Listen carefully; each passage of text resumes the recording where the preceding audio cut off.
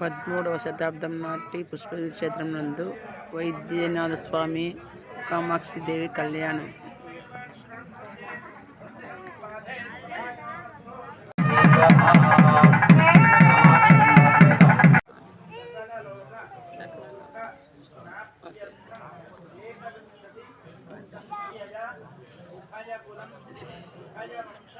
ఆ కళ్యాణ మహోత్సవం యొక్క విశేషమైనటువంటి కళ్యాణ మహోత్సవం జరుగుతూ ఉంది. దానికి ముహూర్తము ఏదైతే మనం చెప్తారో జీలకర్ర బెల్లము ఇదంతా అయిన తర్వాత శుభముహూర్తము అని చెప్తారు.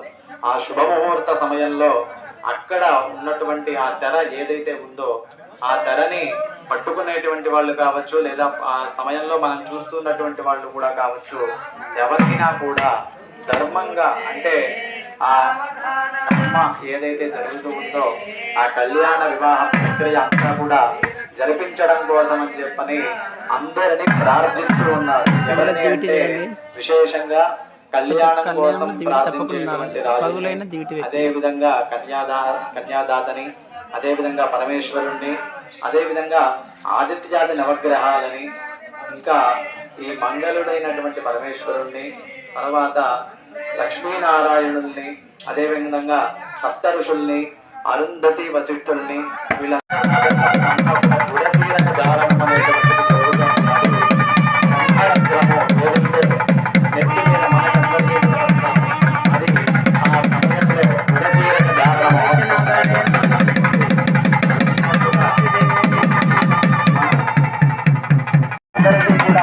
అక్షయమైనటువంటి ఫలితాన్ని, అదేవిధంగా వాళ్ళ వంశము అంతా కూడా అక్షయంగా ఈ కళ్యాణ మహోత్సవం జరిపించేటువంటి వాళ్ళు, అదేవిధంగా చూస్తూ ఉన్నటువంటి భక్తులందరూ కూడా ఆ అక్షతారోపణము ఎక్కడైనా కూడా ప్రధానమైనటువంటి విశేష కార్యక్రమము.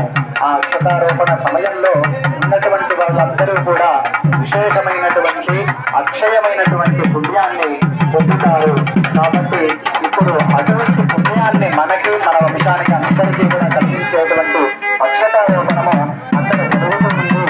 కాబట్టి స్వామివారికి అమ్మవారికి జరుగుతున్నటువంటి అక్షతారోపణాన్ని అందరూ కూడా కనులారా పండుగని అందరూ కూడా చూసి కలుసుకోవాల్సిందిగా ప్రార్థన.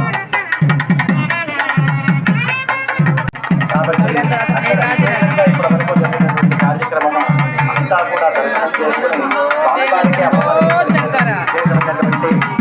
కళ్యాణ మహోత్సవంతో భాగమైనటువంటి మనందరం కూడా ఎన్నో జన్మలు, అదేవిధంగా ఇంకా ఈ వైశాఖ మాసంలో కన్యాదానం చేయడం అనేటువంటిది చాలా విశేషమైనటువంటి ఫలితాన్ని కలుగజేస్తుంది. అదేవిధంగా ఇక్కడ ఇప్పుడు జరుగుతున్నటువంటి కార్యక్రమం బ్రహ్మగ్రంథి అని చెప్తారు, అంటే బ్రహ్మముడి అని చెప్తారు. అది ఇప్పుడు మనకి జరుగుతూ ఉంది. అదేవిధంగా